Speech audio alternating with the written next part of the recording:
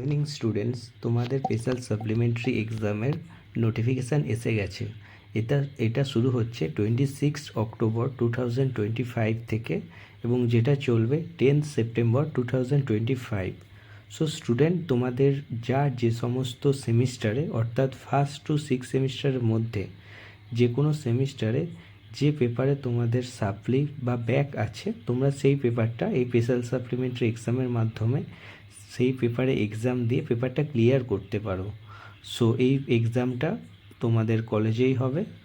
আর এর যে শিডিউলটা, মানে কোন দিন কি এক্সাম থাকবে, কোন পেপারটা থাকবে, সেটা কিছু দিনের মধ্যেই কাউন্সিলের তরফ থেকে নোটিশ দিয়ে দেওয়া হবে।